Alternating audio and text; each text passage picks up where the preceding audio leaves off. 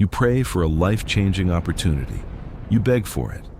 But the exact second it finally arrives, you burn it to the ground. You procrastinate. You pick a fight. You fall back into a toxic habit. You watch yourself destroy the very thing you wanted, and you think, I am broken. You aren't broken. You are functioning perfectly. The brutal psychological truth is that your self-sabotage is not a lack of discipline. It is a highly advanced, ruthless defense mechanism. We are going to dissect the darkest mechanics of your own mind. I'm going to show you exactly why your brain views your success as a lethal threat and how to conquer the massive, terrifying obstacle standing in your way. The mountain is you. We treat self-sabotage like a disease. We think if we just read enough books or force enough willpower, we can cure our laziness or our fear. But behavioral psychology reveals a much darker reality. Every destructive habit you have was originally built to save your life. When you were younger or in pain, you developed coping mechanisms to survive a chaotic environment. Numbing out, isolating yourself, overthinking, these were your shields. But now, the war is over. You are trying to build a new, successful life. The problem? Your subconscious mind doesn't know the war is over. To your primitive brain, familiar means safe.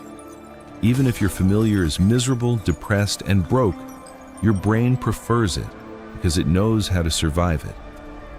When you try to achieve massive success or find real love, you step into the unknown. And to your subconscious, the unknown is dangerous. So, it hits the panic button. It triggers self-sabotage to drag you kicking and screaming back into the miserable cage you know. This brings us to the most insidious behavioral trap of all, your upper limit. You have an internal psychological thermostat set to the exact amount of happiness, wealth, or peace you believe you deserve. The moment you exceed that limit, the moment life gets too good, the alarm sounds. You start feeling a creeping baseline anxiety. You think, this is too good to be true. When is the other shoe going to drop? But the universe isn't coming to punish you. You are. You subconsciously manufacture chaos. You pick a fight with your partner. You blow your budget. You blow off a deadline. You artificially lower your life's temperature, back down to a level of suffering you feel you deserve. You are not afraid of failure. You are intimately familiar with failure.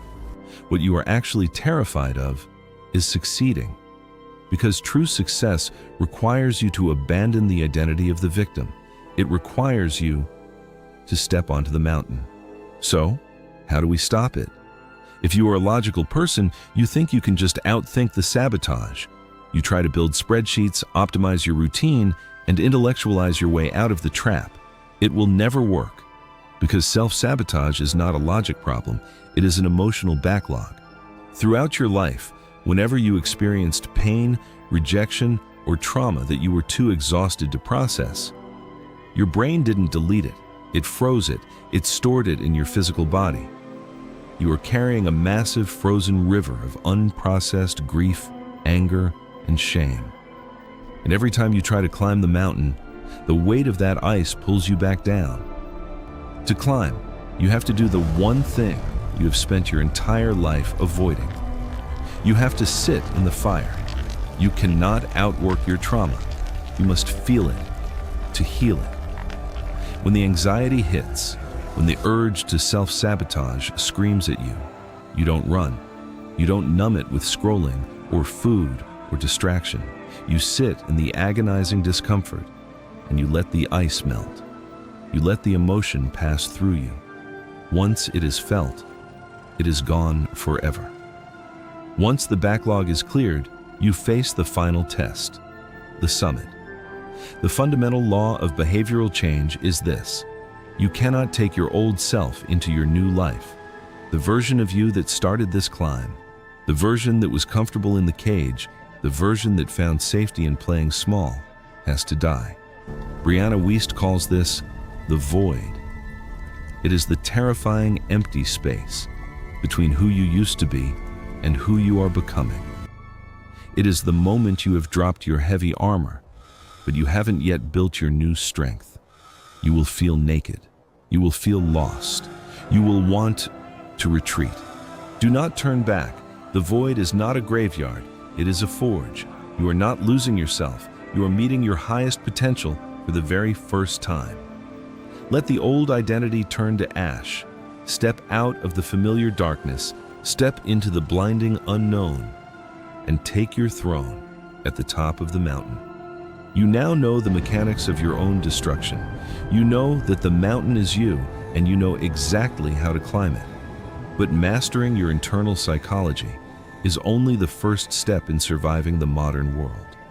If you want to master the external world, if you want to understand the ruthless psychology of wealth, power, and behavioral economics hidden inside the greatest books ever written, click the video on your screen right now. We are building a library of cinematic storytelling to wake you up. Welcome to the new world. Keep climbing.